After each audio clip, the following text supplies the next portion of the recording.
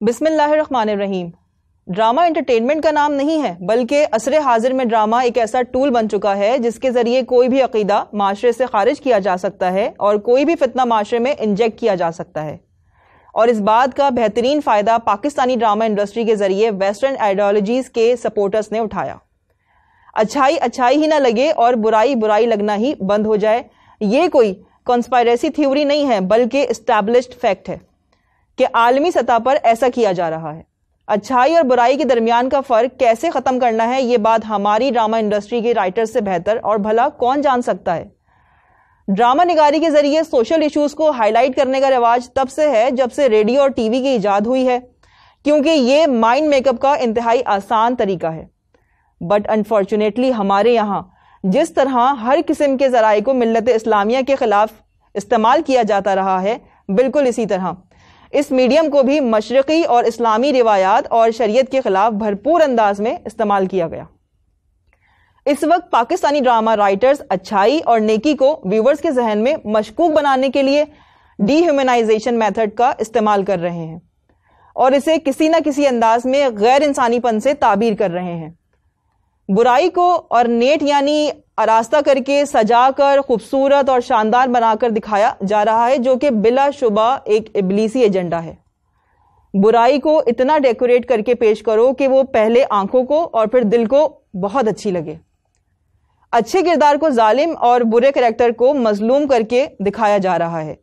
اور چونکہ drama viewers میں کلیئر میجورٹی خواتین کی ہے، اس لیے یہ ڈرامے خواتین کی ذہن سازی ابلیسی نظام کے تحت کرنے میں تیزی سے کامیاب ہو رہے ہیں۔ مرد کو ہوس پرست اور عیاش دکھانا، جادوگری کے نئے نئے حربے سکھانا، گھروں میں فساد برپا کرنے کے طریقے سکھانا، باپ اور شوہر کے کردار کو مست کرنا، محرم رشتوں میں عشق و محبت کے چکر چلانا، نکاح، مہر، طلاق اور عدت جیسے حساس ترین معاملات کو مغربی طرز پر ڈھالنا، اولاد کو نافرمان بنا کر مظلوم دکھانا اور والدین کو صحیح ہونے کے باوجود ظالم دکھانا، جاب کی خاطر لڑکیوں کا شادی نہ کرنا، ایک سے زائد شادیاں ہوں یا ستیلے والدین کا کردار، ان کو اس طرح پیش کرنا کہ جیسے یہ سخت حرام اور زیادتی کا باعث ہیں۔ اور رہی بات ویمن امپاورمنٹ کی، تو ویمن امپاورمنٹ کے نام پر right of abortion, marital rape, extra marital affairs کے ساتھ ساتھ عورت کا محرم رشتوں سے اعتبار اور اعتماد ختم کر کے باس یا کسی غیر مرد پر اعتماد دکھانا، مرد سے زیادہ عورت کی عزت کا محافظ ٹرانسجینڈر یا خواجہ سرا کو دکھانا، اور ہر برائی کے حصول کے لیے خواتین کا بے لگام رویہ شو کرنا۔ اب پاکستانی ڈرامہ نگاروں کی زندگی کا اصل مقصد صرف یہی نظریات عام کرنا دکھائی دیتا ہے۔ پوری ڈرامہ انڈسٹری ابلیسی نظام کا علائق کار ہے، بے حیائی اور دیوسیت کا وہ طوفان برپا ہے کہ جس کی زد میں آ کر ہمارا خاندانی نظام، شریعت کے اصول اور مشرقی روایات سب الٹ پلٹ کر رہ گئے ہیں۔ سوال یہ پیدا ہوتا ہے کہ اب ہم کیا کر سکتے ہیں؟ اس کا سیدھا اور سادہ جواب یہ ہے کہ